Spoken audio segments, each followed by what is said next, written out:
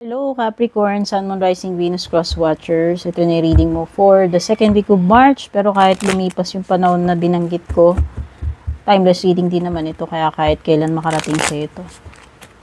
Maraming salamat Capricorn sa patuloy na pagsuporta sa pag-hangout mo ngayon sa akin dito para manood ng reading ko. Don't forget to subscribe, like, follow. Makakatulong din po kung isi-share nyo itong ating readings. Thank you sa mga nag-avail na membership, subscription, and private readings. Speaking of private reading, tignan nyo na lang yung mga nakasulat sa description ko dyan para sa mga interesadong mag-inquire. Okay? Ano ba yung mga dapat nating malaman or yung mga pwedeng mangyari? Ito yung reading na to. Okay? General reading ito, Capricorn, ha? So, kunin mo lang anong tumutugma. For sure, hindi lahat makakarelate dito. Hindi ko kontrolado kung past, present, future energies yung masasagap natin dito. Tagabasa lang ako, hindi po ako psychic. At dahil general reading yan, iba-iba. Okay? Maaring iba-iba. Or hindi lahat makakarelate. Yan.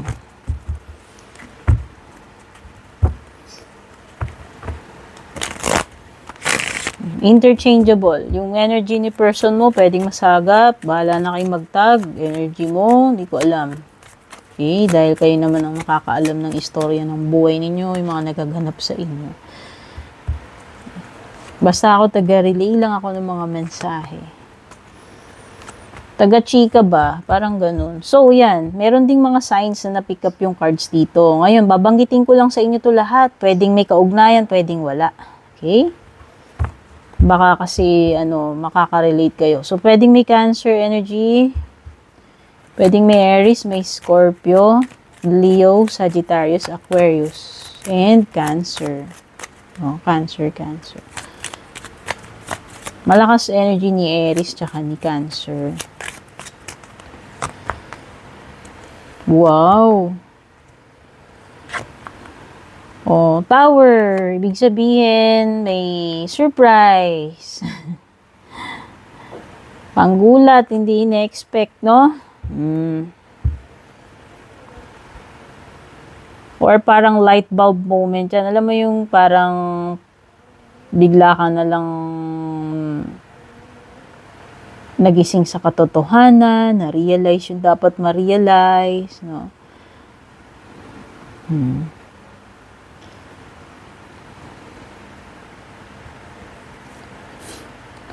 So, iba pwede may pagpasok sa partnership dito, whether ito ay romantic, business, or sa trabaho ninyo.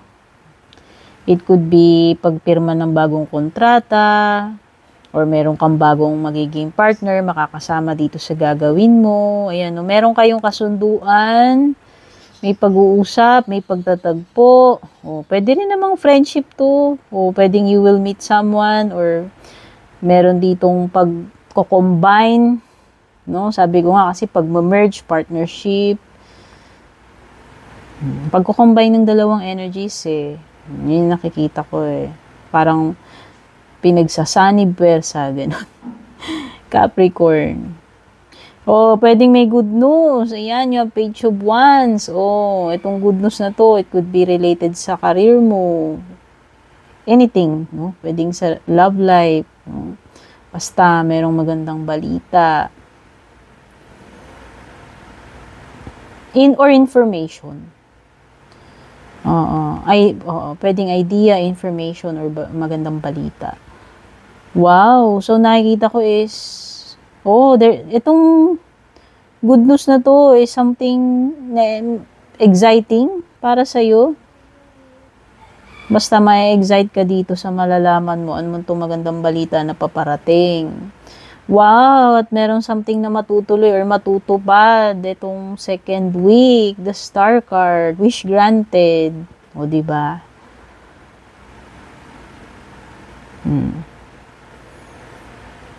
And this is just an indication na hindi imposible na mangyari this week. Kung hindi man talaga literal na matutupad, makukuha mo yung bagay na yan. Basta hindi imposible. Kaya, ibig sabihin, Kung maging optimistic ka, maging positive ka. Kasi walang imposible. Yun lang yung ibig sabihin nitong card na to. Kumbaga, wag kang nega mag-isip. Okay. O, yung iba dito, renewal ng contract. O, yun nakikita ko. Pwedeng sa iba, sa inyo. Renewal ng kontrata. Uy, may marireveal. O, diba? Merong marireveal.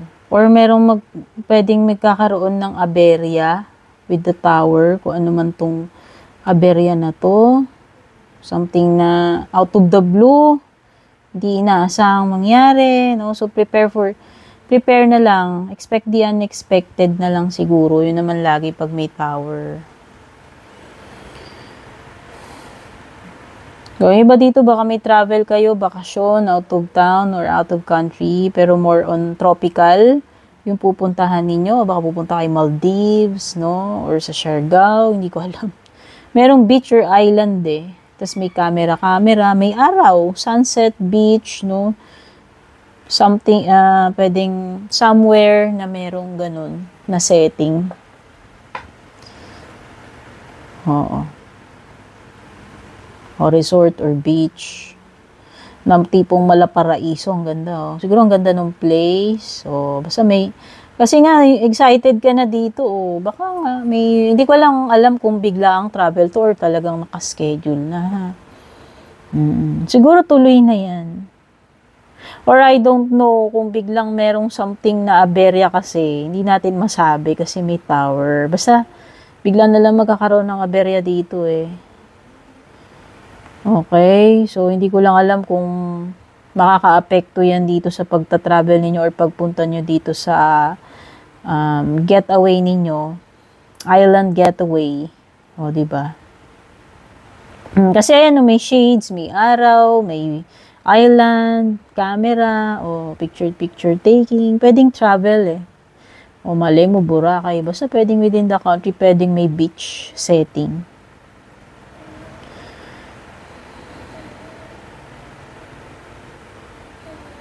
Okay. O, pwedeng may offer sa inyo. Baka tanggapin mo na tong offer na to. Baka nga magkaroon na ng pirmahan ng kontrata rito. Yung nakikita ko. So, meron kang dapat paglaanan, pag-focusan with the Four of Cups ng attention mo. Oo. Yan ang nakikita ko. Or meron ditong someone na magre-reconnect. Oo, makikipagbati or basta magre-reconnect siya eh. Whether romantic ito or hindi. O baka naman dati kang galing na dun sa company na yun and then pwedeng bumalik ka doon, inoferan ka nila. Ayun ko kung sa career related to pwedeng ganun. Pero kung sa love life, ayun, pwedeng may mag-reconnect sa'yo.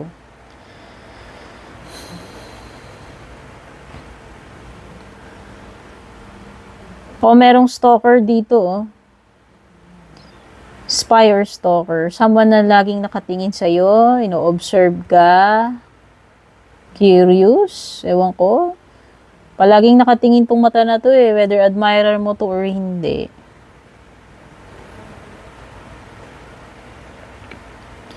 Oo, bahala ka na kung energy mo to, energy niya. Pero itong person na to, kung ex mo yan, past mo yan,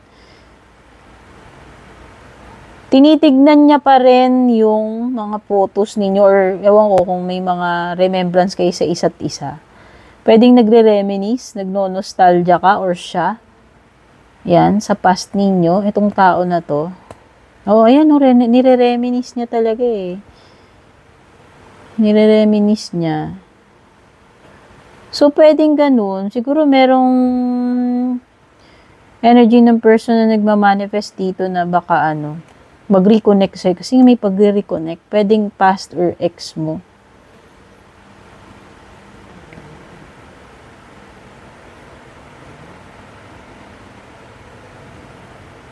Pero nakikita ko lang may happiness para sa inyo paparating. Kaya kung meron man kayong jowa ngayon or wala, nakikita ko na merong something or someone na magbibigay ng happiness sa inyo. Oo. Some of you, meron nga kayong mga past memories nito, pero pwede pang magkaroon uli ng bagong memory. So, yun nga nakikita ko pwedeng madudugtungan yung love story ninyo nitong person na to.